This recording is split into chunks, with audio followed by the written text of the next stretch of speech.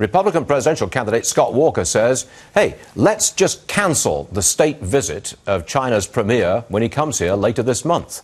Would you do that? Would you cancel that state visit? No, I wouldn't, actually. I wouldn't make it a huge photo op. I would make it a serious negotiation. But having done business in China for many, many years, I think now is the time to put pressure on China in all kinds of ways. They are flexing their military muscle more and more because their economy is weak. It's the classic response.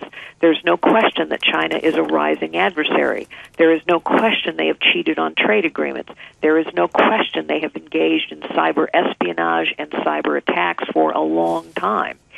It's ineptitude, by the way, that the Office of Personnel Management couldn't detect and repel that attack. So the time to put pressure on them is now from a whole series of perspectives. First, we ought to be patrolling by air and by sea the South China trade route, which they want to control. $5 trillion worth of goods and services flows through that trade route every year. We cannot permit them to control it. Number two, when their ships come close to the Bering Strait, our warplanes ought to go out and escort them.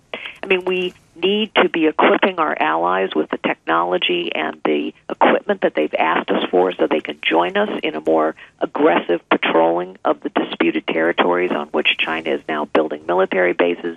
And in this state visit, we ought to be, I fear President Obama will not, but we ought to be talking very seriously about their failure to protect our intellectual property, which they agreed to do when they joined the WTO and have never done. And we ought to be talking with them as well about perhaps asking them to play by the same rules in our marketplace that they force us to play by in their marketplace. We are their largest market. That gives us huge leverage.